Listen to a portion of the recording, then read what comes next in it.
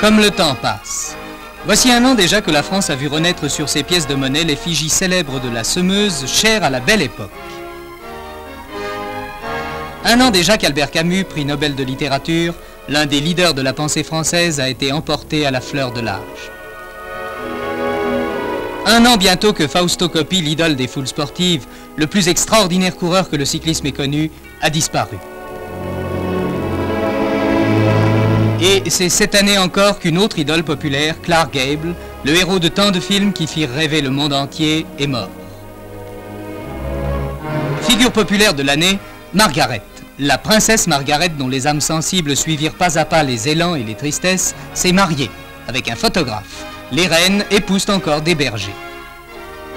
Autre mariage retentissant, le roi Baudouin a épousé une princesse espagnole, Doña Fabiola. Autre roman sentimental qui a fait palpiter les cœurs tendres. Et aux États-Unis, non, là ce n'est pas un mariage, mais presque. La nation américaine s'est donné un nouveau président très coverboy, le jeune et dynamique John Kennedy. Cette chronique mondaine ne fera tout de même pas oublier les soubresauts d'un monde saisi de convulsions. Aux îles Hawaï, le volcan Mauna Loa a fait parler de lui, prélude à des éruptions plus graves. Au Chili, en effet, la terre a tremblé. Au milieu des dégâts de toutes sortes, villes secouées, immeubles détruits, ouvrages d'art démolis, églises bousculées, l'ampleur du désastre apparaissait plus grande chaque jour. La catastrophe avait atteint des provinces entières et le nom de Valdivia est désormais dans toutes les mémoires. Et puis, il y a eu Agadir, des morts par milliers. En 15 secondes, le plus violent séisme des 2 derniers siècles a rayé Agadir de la carte et ce qui était l'une des plus riantes villes marocaines est soudain devenu un amas de ruines. Au désastre de cette nature marâtre, les hommes ajoutaient leur misère, leur tracasserie, leur drame. L'histoire de l'U2, l'avion espion, devenait pour M. Khrouchtchev le prétexte à la rupture brutale de la conférence au sommet, sur laquelle le monde avait les yeux fixés et qui avait suscité tant d'espoir. L'espoir maintenant semblait tourner le dos et la guerre froide réapparaître. En Extrême-Orient, la Corée bougeait. Manifestation sur manifestation à propos d'élections présidentielles un peu aidées. Des morts, des blessés. Et le successeur de Syngman Rhee, Lee Ki-pong, s'est donné la mort avec tous les siens dans un spectaculaire suicide collectif. Le Japon n'était pas en reste. La discussion passionnée du traité de sécurité américano-japonais a secoué les habitudes parlementaires.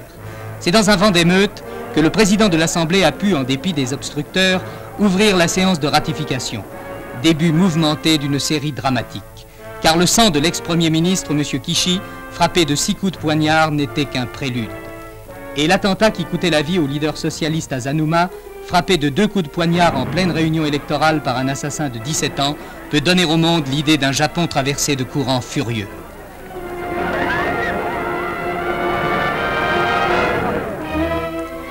L'Afrique du Sud donnait d'autres sujets de préoccupation. L'aggravation des lois de ségrégation suscitait un contre-mouvement de la population noire qui se terminait dans le drame. Noirs et blancs s'affrontaient, le sang coulait. Et le Premier ministre, le Dr Verwoerd, partisan de la ségrégation, était victime d'un attentat.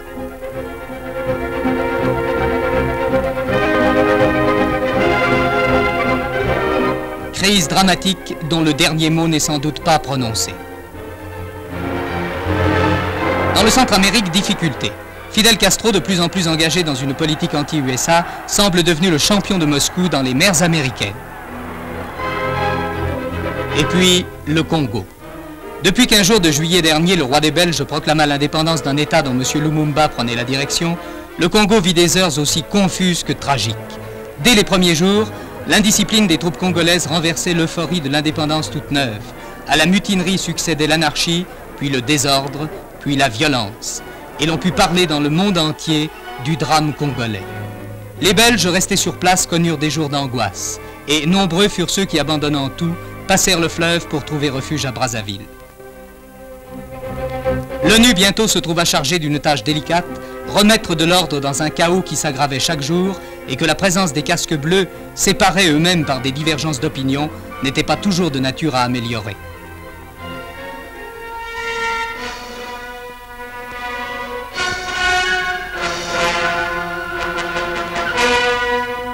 La prise de pouvoir du colonel Mobutu, hostile aux manœuvres de l'Est, et l'arrestation de M. Lumumba n'ont sans doute pas mis fin à cette situation congolaise aux allures de poudrière.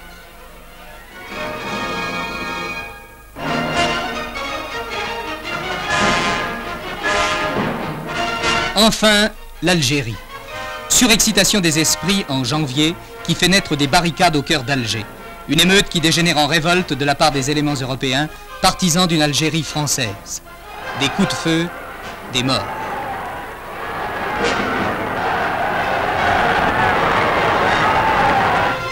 Seule la parole du président de Gaulle fait réfléchir les esprits troublés et calme l'agitation.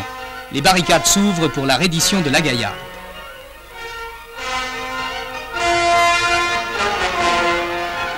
Mais la détermination de l'Algérie algérienne renouvelle l'agitation.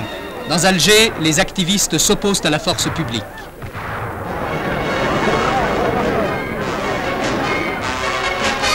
Et élément nouveau dans le problème, les masses musulmanes manifestent dans la rue.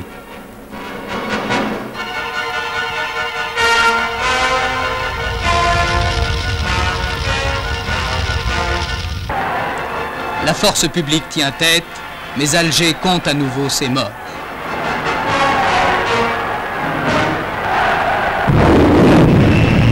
Tout de même, le monde cette année a d'autres orientations. Plus rassurantes, espérons-le. Dans la lutte pour l'espace, les États-Unis ont marqué des points avec les satellites d'Iros, dont les caméras prendront des images de la Terre à 700 km de distance. Et avec le satellite espion Midas, chargé de détecter, dès leur départ, les fusées intercontinentales. Et aussi avec les Discoverer de toute qualité, pour lesquels semble avoir été mise au point de façon définitive la technique de rattrapage en descente.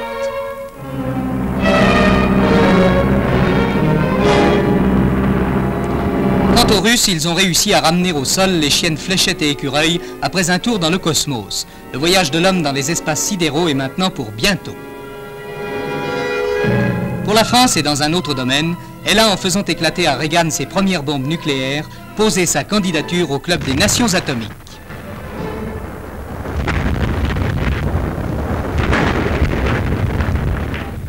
Toutes ces victoires techniques ne seront rien sans la bonne volonté des hommes, sans les images de l'espoir humain que nous donne par exemple la création de la nouvelle capitale du Brésil, Brasilia, la ville la plus extraordinaire du monde. Sortie du désert comme d'un coup de baguette magique, la cité sans passé est le signe d'un monde où l'avenir a sa place. D'autres capitales sont nées dans le monde.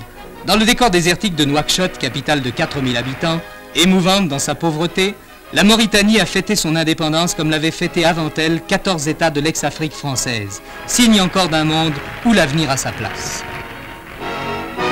En plein Sahara, près de Tougourt, 6 forages ont fait jaillir l'eau emmagasinée à 1700 mètres sous terre.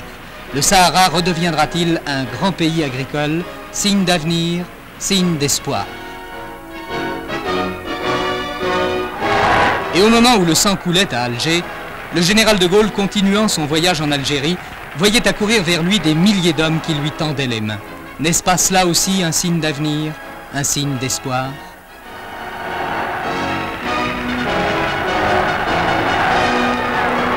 Signe d'avenir et signe d'espoir encore, cette rencontre à Rome des athlètes venus de tous les coins du monde pour les Jeux Olympiques.